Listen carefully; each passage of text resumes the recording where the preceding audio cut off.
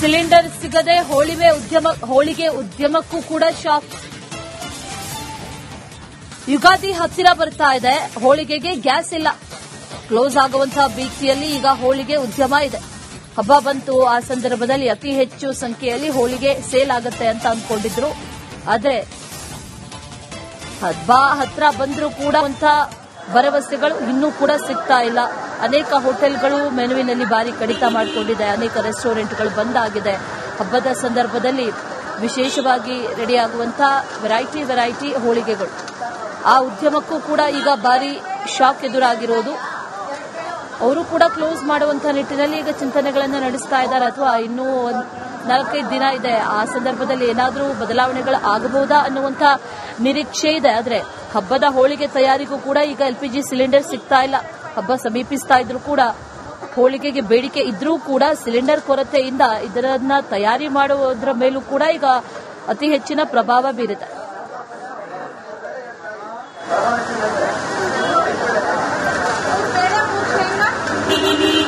ರಾಜಧಾನಿ ಬೆಂಗಳೂರಿನಲ್ಲಿ ಸಾಕಷ್ಟು ಹೋಟೆಲ್ಗಳಲ್ಲಿ ಸಿಲಿಂಡರ್ ಸಿಗದೆ ಸಾಕಷ್ಟು ಸಮಸ್ಯೆಗಳಾಗ್ತಾ ಇದೆ. ಸರಿಸುಮಾರು 100 ಕೋಟಿಯಷ್ಟು ನಷ್ಟ ಆಗಿದೆ ಅಂತ ಹೇಳಿ ಹೋಟೆಲ್ ಅಸೋಸಿಯೇಷನ್ ಒಂದ್ ಕಡೆ ಮಾಹಿತಿಯನ್ನ ಕೊಡ್ತಾ ಇದೆ. ಮತ್ತೊಂದ್ ಕಡೆ ನಾವಿವಾಗ ಮಲ್ಲೇಶ್ವರಂನಲ್ಲಿರುವಂತಹ ಒಂದು ಹೋಳಿಗೆ ಮನೆಯ ಮುಂಭಾಗದಲ್ಲಿದ್ದೀವಿ. ಇಲ್ಲಿ ಅಂತಹ ಸಮಸ್ಯೆ ಏನು ಸದ್ಯದ ಮಟ್ಟಿಗೆ ಆಗಿಲ್ಲ. ಆದ್ರೆ ಇದೇ ರೀತಿ ಪರಿಸ್ಥಿತಿ ಮುಂದುವರೆದ್ರೆ ಮತ್ತೊಂದ್ ದಿನ ನಾವು ಹೋಳಿಗೆ ಮನೆಯನ್ನ ಕ್ಲೋಸ್ ಮಾಡುವಂತಹ ಸಂದರ್ಭ ಕೂಡ ಬರ್ಬೋದು ಅಂತ. ಆಸ್ ಆಫ್ ನಾವು ಯಾವುದೇ ರೀತಿಯಾಗಿ ಸಮಸ್ಯೆ ಇಲ್ಲ, ಇರುವಂತಹ ಸಿಲಿಂಡರ್ ನಲ್ಲಿ ನಾವು ಮ್ಯಾನೇಜ್ ಮಾಡ್ತಾ ಇದ್ದೇವೆ ಅಂತ ಮಾಹಿತಿ ಕೂಡ ಸಿಕ್ಕಿದೆ. ಅಂದ್ರೆ ಇಲ್ಲಿ ವೆರೈಟಿ ಇರುವಂತಹ ಹೋಳಿಗೆಗಳು ಸಾಮಾನ್ಯವಾಗಿ ಹಂಚ್ ಏನಿದೆ ಅದು ಕಾದಿರುತ್ತೆ. ಹಾಗಾಗಿ ಇದು ತೆಳು ಹೋಳಿಗೆ ಇರೋದ್ರಿಂದ 2 ಸೈಡ್ ಬೈಯುವಂತದ್ದು ಬೇಗ ಆಗುತ್ತೆ. ಹೀಗಾಗಿ ಅಂತಹ ಗ್ಯಾಸ್ ಎಳೆಯೋದಿಲ್ಲ. ಬಟ್ ಈಗ ಏನಿದೆ ಇದನ್ನ ನಾವು ಮ್ಯಾನೇಜ್ ಮಾಡ್ಕೊಂಡು ಹೋಗ್ತಾ ಇದ್ದೀವಿ. ಇದೇ ರೀತಿಯಾಗಿ ಯುದ್ಧದ ಎಫೆಕ್ಟ್ ನಿಂದ LPG ಕಮರ್ಷಿಯಲ್ ಸಿಲಿಂಡರ್ಗಳೇನಾದ್ರೂ ಬರುವಂತದ್ದೇನಾದ್ರೂ ತಡ ಆದ್ರೆ ಅಥವಾ ಸಮಸ್ಯೆ ಏನಾದ್ರೂ ಆದ್ರೆ ಅಂತಹ ಸಂದರ್ಭದಲ್ಲಿ ಮುಂದಿನ ನಿರ್ಧಾರಗಳನ್ನ ಏನು ಅಂತ ತಗೊಳ್ಬೇಕಾಗುತ್ತೆ ಅನ್ನೋ ಒಂದು ಮಾಹಿತಿ ಸಿಗ್ತಾ ಇದೆ. ಒಟ್ಟಿನಲ್ಲಿ ಬೆಂಗಳೂರಿನ ಮಲ್ಲೇಶ್ವರಂನ ಮತ್ತೊಂದ್ ಕಡೆ ಇರುವಂತಹ ಹೋಳಿಗೆ ಮನೆ ಕ್ಲೋಸ್ ಆಗಿದೆ. ಆದ್ರೆ ಇಲ್ಲಿರುವಂತಹ ಹೋಳಿಗೆ ಮನೆಯಲ್ಲಿ ಸದ್ಯದ ಮಟ್ಟಿಗೆ ಯಾವುದೇ ರೀತಿಯಾಗಿ ಸಮಸ್ಯೆ ಇಲ್ಲ ಅನ್ನೋ ಒಂದು ವಿಚಾರ ಗೊತ್ತಾಗ್ತಾ ಇರುವಂತದ್ದು. ಕ್ಯಾಮರಾ ಪರ್ಸನ್ ಮಂಜುನಾಥ್ ಎ ಜೊತೆ ದೀಪ್ತಿ ತೋಳ್ಪಾಡಿ, ರಿಪಬ್ಲಿಕ್ ಕನ್ನಡ, ಬೆಂಗಳೂರು. ಹಬ್ಬ ಹತ್ತಿರ ಬಂತು, ಈ ಬಾರಿ ಹೋಳಿಗೆ ಉದ್ಯಮ ಚೆನ್ನಾಗಿರುತ್ತೆ ಅಂತ ಅಂದ್ಕೊಂಡ್ರು. ಆದ್ರೆ ಈ ಬಾರಿ ಈ ಗ್ಯಾಸ್ ಅಭಾವ ಇದೆಯಲ್ಲ, ಇದು ಹೋಳಿಗೆ ಉದ್ಯಮಕ್ಕೂ ಕೂಡ ತಡ್ತಾ ಇದೆ. ಅನೇಕ ಹೋಟೆಲ್ಗಳು ಅನೇಕ ಹೋಳಿಗೆಯನ್ನೇ ವೆರೈಟಿ ಹೋಳಿಗೆಗಳನ್ನ ಮಾಡುವಂತಹ ಉದ್ಯಮಗಳು ಅದೆಲ್ಲವೂ ಕೂಡ ಬಾಗಿಲು ಮುಚ್ಚುವಂತ ಪರಿಸ್ಥಿತಿ ಈಗ ಸದ್ಯಕ್ಕೆ ಎದುರಾಗಿರೋದು. ಈ ಗ್ಯಾಸ್ ಅಭಾವದಿಂದಾಗಿ ಹೋಟೆಲ್ ಉದ್ಯಮಕ್ಕೆ 100 ಕೋಟಿ ನಷ್ಟದ ಭೀತಿಯನ್ನ ಎದುರಿಸ್ತಾ ಇದ್ದಾರೆ. ಅದರ ಜೊತೆಗೆ ಹೋಳಿಗೆ ಉದ್ಯಮವೂ ಕೂಡ ನಷ್ಟದ ಭೀತಿಯನ್ನ ಈಗ ಎದುರಿಸ್ತಾ ಇದೆ. ಹೋಟೆಲ್ ಉದ್ಯಮಕ್ಕಂತೂ ಭಾರಿ ದೊಡ್ಡ ಹೊಡೆತ ಕೊಟ್ಟಿದೆ. ಹೋಟೆಲ್ ಮಾಲೀಕರು ಒಂದು ಕಡೆಯಲ್ಲಿ ಸಂಕಷ್ಟಕ್ಕೀಡಾಗಿದ್ದಾರೆ, ಮತ್ತೊಂದು ಕಡೆಯಲ್ಲಿ ಹಲವಾರು ಉಪಹಾರ ಮಂದಿರಗಳು ಎಲ್ಲವೂ ಕೂಡ ಬಂದ್ ಆಗಿದೆ. ಕೆಲವು ಹೋಟೆಲ್ಗಳಲ್ಲಿ ತಿಂಡಿ ತಿನಿಸಿನ ಪಟ್ಟಿಯನ್ನ ಕೂಡ ಕಡಿತಗೊಳಿಸಿ ಗ್ರಾಹಕರಿಗೆ ಸೇವೆ ಕೊಡ್ತಾ ಇದ್ರೆ ಹೋಟೆಲ್ ಉದ್ಯಮ ಏನಾಗುತ್ತೆ, ಯುಗಾದಿ ಸಂದರ್ಭದಲ್ಲಿ ಏನಾಗುತ್ತೆ ಅನ್ನೋ ಪ್ರಶ್ನೆ. ಸಿಲಿಂಡರ್ ಸಿಗದೆ ಹೋಳಿಗೆ ಉದ್ಯಮಕ್ಕೂ ಕೂಡ ಶಾಕ್. ಯುಗಾದಿ ಹತ್ತಿರ ಬರ್ತಾ ಇದೆ, ಹೋಳಿಗೆಗೆ ಗ್ಯಾಸ್ ಇಲ್ಲ. ಕ್ಲೋಸ್ ಆಗುವಂತಹ ಭೀತಿಯಲ್ಲಿ ಈಗ ಹೋಳಿಗೆ ಉದ್ಯಮ ಇದೆ. ಹಬ್ಬ ಬಂತು, ಆ ಸಂದರ್ಭದಲ್ಲಿ ಅತಿ ಹೆಚ್ಚು ಸಂಖ್ಯೆಯಲ್ಲಿ ಹೋಳಿಗೆ ಸೇಲ್ ಆಗುತ್ತೆ ಅಂತ ಅಂದ್ಕೊಂಡಿದ್ರು. ಆದ್ರೆ ಹಬ್ಬ ಹತ್ರ ಬಂದರೂ ಕೂಡ ಭರವಸೆಗಳು ಇನ್ನೂ ಕೂಡ ಸಿಗ್ತಾ ಇಲ್ಲ. ಅನೇಕ ಹೋಟೆಲ್ಗಳು ಮೆನುವಿನಲ್ಲಿ ಭಾರಿ ಕಡಿತ ಮಾಡಿಕೊಂಡಿದೆ, ಅನೇಕ ರೆಸ್ಟೋರೆಂಟ್ಗಳು ಬಂದ್ ಆಗಿದೆ. ಹಬ್ಬದ ಸಂದರ್ಭದಲ್ಲಿ ವಿಶೇಷವಾಗಿ ರೆಡಿಯಾಗುವಂತಹ ವೆರೈಟಿ ಹೋಳಿಗೆಗಳು, ಆ ಉದ್ಯಮಕ್ಕೂ ಕೂಡ ಈಗ ಭಾರಿ ಶಾಕ್ ಎದುರಾಗಿರೋದು.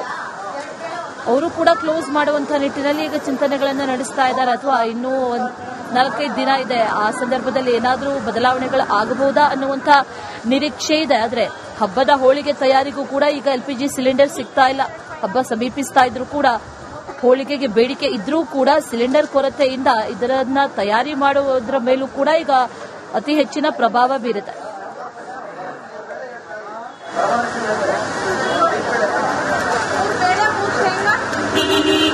ರಾಜಧಾನಿ ಬೆಂಗಳೂರಿನಲ್ಲಿ ಸಾಕಷ್ಟು ಹೋಟೆಲ್ಗಳಲ್ಲಿ ಸಿಲಿಂಡರ್ ಸಿಗದೆ ಸಾಕಷ್ಟು ಸಮಸ್ಯೆಗಳಾಗ್ತಾ ಇದೆ. ಸರಿಸುಮಾರು 100 ಕೋಟಿಯಷ್ಟು ನಷ್ಟ ಆಗಿದೆ ಅಂತ ಹೇಳಿ ಹೋಟೆಲ್ ಅಸೋಸಿಯೇಷನ್ ಒಂದ್ ಕಡೆ ಮಾಹಿತಿಯನ್ನ ಕೊಡ್ತಾ ಇದೆ. ಮತ್ತೊಂದ್ ಕಡೆ ನಾವಿವಾಗ ಮಲ್ಲೇಶ್ವರಂನಲ್ಲಿರುವಂತಹ ಒಂದು ಹೋಳಿಗೆ ಮನೆಯ ಮುಂಭಾಗದಲ್ಲಿದ್ದೀವಿ.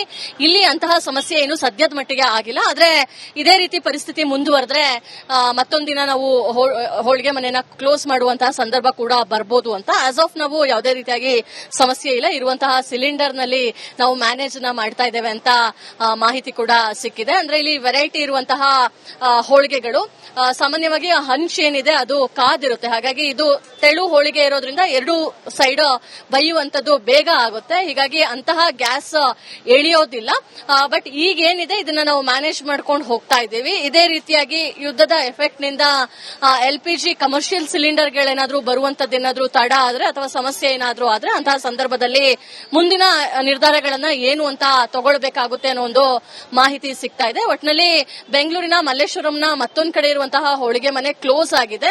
ಆದ್ರೆ ಇಲ್ಲಿರುವಂತಹ ಹೋಳಿಗೆ ಮನೆಯಲ್ಲಿ ಸದ್ಯದ ಮಟ್ಟಿಗೆ ಯಾವುದೇ ರೀತಿಯಾಗಿ ಸಮಸ್ಯೆ ಇಲ್ಲ ಅನ್ನೋ ಒಂದು ವಿಚಾರ ಗೊತ್ತಾಗ್ತಾ ಇರುವಂತದ್ದು. ಕ್ಯಾಮರಾ ಪರ್ಸನ್ ಮಂಜುನಾಥ್ ಎ ಜೊತೆ ದೀಪ್ತಿ ತೋಳ್ಪಾಡಿ, ರಿಪಬ್ಲಿಕ್ ಕನ್ನಡ, ಬೆಂಗಳೂರು. ಹಬ್ಬ ಹತ್ತಿರ ಬಂತು. ಈ ಬಾರಿ ಹೋಳಿಗೆ ಉದ್ಯಮ ಚೆನ್ನಾಗಿರುತ್ತೆ ಅಂತ ಅಂದ್ಕೊಂಡ್ರು. ಆದ್ರೆ ಈ ಬಾರಿ ಈ ಗ್ಯಾಸ್ ಅಭಾವ ಇದೆಯಲ್ಲ, ಇದು ಹೋಳಿಗೆ ಉದ್ಯಮಕ್ಕೂ ಕೂಡ ತಡ್ತಾ ಇದೆ. ಅನೇಕ ಹೋಟೆಲ್ಗಳು ಅನೇಕ ಹೋಳಿಗೆಯನ್ನೇ ವೆರೈಟಿ ಹೋಳಿಗೆಗಳನ್ನ ಮಾಡುವಂತಹ ಉದ್ಯಮಗಳು ಅದೆಲ್ಲವೂ ಕೂಡ ಬಾಗಿಲು ಮುಚ್ಚುವಂತಹ ಪರಿಸ್ಥಿತಿ ಈಗ ಸದ್ಯಕ್ಕೆ ಎದುರಾಗಿರೋದು. ಈ ಗ್ಯಾಸ್ ಅಭಾವದಿಂದಾಗಿ ಹೋಟೆಲ್ ಉದ್ಯಮಕ್ಕೆ 100 ಕೋಟಿ ನಷ್ಟದ ಭೀತಿಯನ್ನು ಎದುರಿಸ್ತಾ ಇದ್ದಾರೆ. ಅದರ ಜೊತೆಗೆ ಹೋಳಿಗೆ ಉದ್ಯಮವೂ ಕೂಡ ನಷ್ಟದ ಭೀತಿಯನ್ನ ಈಗ ಎದುರಿಸ್ತಾ ಇದೆ. ಹೋಟೆಲ್ ಉದ್ಯಮಕ್ಕಂತೂ ಭಾರಿ ದೊಡ್ಡ ಹೊಡೆತ ಕೊಟ್ಟಿದೆ. ಹೋಟೆಲ್ ಮಾಲೀಕರು ಒಂದು ಕಡೆಯಲ್ಲಿ ಸಂಕಷ್ಟಕ್ಕೀಡಾಗಿದ್ದಾರೆ, ಮತ್ತೊಂದು ಕಡೆಯಲ್ಲಿ ಹಲವಾರು ಉಪಹಾರ ಮಂದಿರಗಳೆಲ್ಲವೂ ಕೂಡ ಬಂದಾಗಿದೆ. ಕೆಲವು ಹೋಟೆಲ್ಗಳಲ್ಲಿ ತಿಂಡಿ ತಿನಿಸಿನ ಪಟ್ಟಿಯನ್ನ ಕೂಡ ಕಡಿತಗೊಳಿಸಿ ಗ್ರಾಹಕರಿಗೆ ಸೇವೆ ಕೊಡ್ತಾ ಇದ್ರೆ ಹೋಟೆಲ್ ಉದ್ಯಮ ಏನಾಗುತ್ತೆ, ಯುಗಾದಿ ಸಂದರ್ಭದಲ್ಲಿ ಏನಾಗುತ್ತೆ ಅನ್ನೋ ಪ್ರಶ್ನೆ. ಸಿಲಿಂಡರ್ ಸಿಗದೆ ಹೋಳಿಗೆ ಉದ್ಯಮಕ್ಕೂ ಕೂಡ ಶಾಕ್. ಯುಗಾದಿ ಹತ್ತಿರ ಬರ್ತಾ ಇದೆ, ಹೋಳಿಗೆಗೆ ಗ್ಯಾಸ್ ಇಲ್ಲ. ಕ್ಲೋಸ್ ಆಗುವಂತಹ ಭೀತಿಯಲ್ಲಿ ಈಗ ಹೋಳಿಗೆ ಉದ್ಯಮ ಇದೆ. ಹಬ್ಬ ಬಂತು, ಆ ಸಂದರ್ಭದಲ್ಲಿ ಅತಿ ಹೆಚ್ಚು ಸಂಖ್ಯೆಯಲ್ಲಿ ಹೋಳಿಗೆ ಸೇಲ್ ಆಗುತ್ತೆ ಅಂತ ಅಂದ್ಕೊಂಡಿದ್ರು. ಆದ್ರೆ ಹಬ್ಬ ಹತ್ರ ಬಂದ್ರೂ ಕೂಡ ಭರವಸೆಗಳು ಇನ್ನೂ ಕೂಡ ಸಿಗ್ತಾ ಇಲ್ಲ. ಅನೇಕ ಹೋಟೆಲ್ಗಳು ಮೆನುವಿನಲ್ಲಿ ಭಾರಿ ಕಡಿತ ಮಾಡಿಕೊಂಡಿದೆ. ಅನೇಕ ರೆಸ್ಟೋರೆಂಟ್ಗಳು ಬಂದಾಗಿದೆ. ಹಬ್ಬದ ಸಂದರ್ಭದಲ್ಲಿ ವಿಶೇಷವಾಗಿ ರೆಡಿಯಾಗುವಂತಹ ವೆರೈಟಿ ಹೋಳಿಗೆಗಳು, ಆ ಉದ್ಯಮಕ್ಕೂ ಕೂಡ ಈಗ ಭಾರಿ ಶಾಕ್ ಎದುರಾಗಿರೋದು. ಅವರು ಕೂಡ ಕ್ಲೋಸ್ ಮಾಡುವಂತಹ ನಿಟ್ಟಿನಲ್ಲಿ ಈಗ ಚಿಂತನೆಗಳನ್ನು ನಡೆಸ್ತಾ ಇದ್ದಾರೆ. ಅಥವಾ ಇನ್ನೂ 4-5 ದಿನ ಇದೆ, ಆ ಸಂದರ್ಭದಲ್ಲಿ ಏನಾದರೂ ಬದಲಾವಣೆಗಳು ಆಗಬಹುದಾ ಅನ್ನುವಂತ ನಿರೀಕ್ಷೆ ಇದೆ. ಆದ್ರೆ ಹಬ್ಬದ ಹೋಳಿಗೆ ತಯಾರಿಗೂ ಕೂಡ ಈಗ LPG ಸಿಲಿಂಡರ್ ಸಿಗ್ತಾ ಇಲ್ಲ.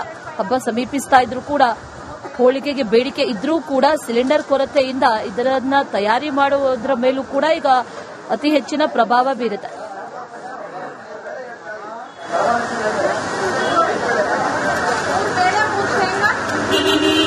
ರಾಜಧಾನಿ ಬೆಂಗಳೂರಿನಲ್ಲಿ ಸಾಕಷ್ಟು ಹೋಟೆಲ್ಗಳಲ್ಲಿ ಸಿಲಿಂಡರ್ ಸಿಗದೆ ಸಾಕಷ್ಟು ಸಮಸ್ಯೆಗಳಾಗ್ತಾ ಇದೆ. ಸರಿಸುಮಾರು 100 ಕೋಟಿಯಷ್ಟು ನಷ್ಟ ಆಗಿದೆ ಅಂತ ಹೇಳಿ ಹೋಟೆಲ್ ಅಸೋಸಿಯೇಷನ್ ಒಂದ್ ಕಡೆ ಮಾಹಿತಿಯನ್ನ ಕೊಡ್ತಾ ಇದೆ. ಮತ್ತೊಂದ್ ಕಡೆ ನಾವಿವಾಗ ಮಲ್ಲೇಶ್ವರಂನಲ್ಲಿರುವಂತಹ ಒಂದು ಹೋಳಿಗೆ ಮನೆಯ ಮುಂಭಾಗದಲ್ಲಿದ್ದೀವಿ. ಇಲ್ಲಿ ಅಂತಹ ಸಮಸ್ಯೆ ಏನು ಸದ್ಯದ ಮಟ್ಟಿಗೆ ಆಗಿಲ್ಲ. ಆದ್ರೆ ಇದೇ ರೀತಿ ಪರಿಸ್ಥಿತಿ ಮುಂದುವರೆದ್ರೆ ಮತ್ತೊಂದಿನ ನಾವು ಹೋಳಿಗೆ ಮನೆಯನ್ನ ಕ್ಲೋಸ್ ಮಾಡುವಂತಹ ಸಂದರ್ಭ ಕೂಡ ಬರ್ಬೋದು ಅಂತ. ಆಸ್ ಆಫ್ ನಾವು ಯಾವುದೇ ರೀತಿಯಾಗಿ ಸಮಸ್ಯೆ ಇಲ್ಲ. ಇರುವಂತಹ ಸಿಲಿಂಡರ್ ನಲ್ಲಿ ನಾವು ಮ್ಯಾನೇಜ್ ಮಾಡ್ತಾ ಇದ್ದೇವೆ ಅಂತ ಮಾಹಿತಿ ಕೂಡ ಸಿಕ್ಕಿದೆ. ಅಂದ್ರೆ ಇಲ್ಲಿ ವೆರೈಟಿ ಇರುವಂತಹ ಹೋಳಿಗೆಗಳು ಸಾಮಾನ್ಯವಾಗಿ ಹಂಚ್ ಏನಿದೆ ಅದು ಕಾದಿರುತ್ತೆ. ಹಾಗಾಗಿ ಇದು ತೆಳು ಹೋಳಿಗೆ ಇರೋದ್ರಿಂದ ಎರಡು ಸೈಡ್ ಬೈಯುವಂತದ್ದು ಬೇಗ ಆಗುತ್ತೆ. ಹೀಗಾಗಿ ಅಂತಹ ಗ್ಯಾಸ್ ಎಳಿಯೋದಿಲ್ಲ. ಬಟ್ ಈಗ ಏನಿದೆ ಇದನ್ನ ನಾವು ಮ್ಯಾನೇಜ್ ಮಾಡ್ಕೊಂಡು ಹೋಗ್ತಾ ಇದ್ದೀವಿ. ಇದೇ ರೀತಿಯಾಗಿ ಯುದ್ಧದ ಎಫೆಕ್ಟ್ ನಿಂದ LPG ಕಮರ್ಷಿಯಲ್ ಸಿಲಿಂಡರ್ಗಳೇನಾದ್ರೂ ಬರುವಂತದ್ದೇನಾದ್ರೂ ತಡ ಆದ್ರೆ ಅಥವಾ ಸಮಸ್ಯೆ ಏನಾದ್ರೂ ಆದ್ರೆ ಅಂತಹ ಸಂದರ್ಭದಲ್ಲಿ ಮುಂದಿನ ನಿರ್ಧಾರಗಳನ್ನ ಏನು ಅಂತ ತಗೊಳ್ಬೇಕಾಗುತ್ತೆ ಅನ್ನೋ ಒಂದು ಮಾಹಿತಿ ಸಿಗ್ತಾ ಇದೆ. ಒಟ್ಟಿನಲ್ಲಿ ಬೆಂಗಳೂರಿನ ಮಲ್ಲೇಶ್ವರಂನ ಮತ್ತೊಂದು ಕಡೆ ಇರುವಂತಹ ಹೋಳಿಗೆ ಮನೆ ಕ್ಲೋಸ್ ಆಗಿದೆ.